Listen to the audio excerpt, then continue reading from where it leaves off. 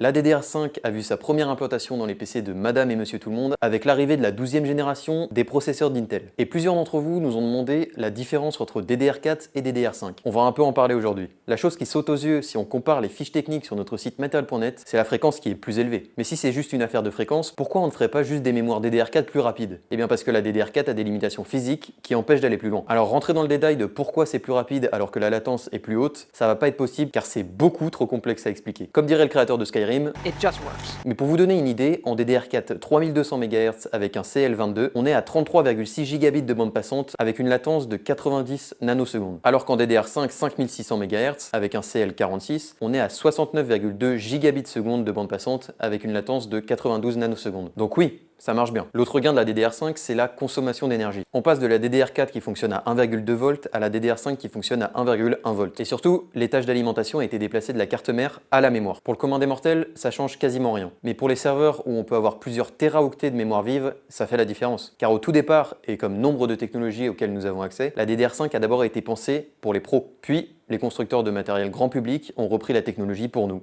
Plutôt cool, non? En résumé, la DDR5 apporte des gains de rapidité d'accès à la donnée bien au-dessus de ce que peut apporter la DDR4 pour moins de consommation. Pour le moment, en jeu, la différence est assez moindre, mais il ne saurait tarder le moment où ce sera presque obligatoire d'en avoir. Abonne-toi!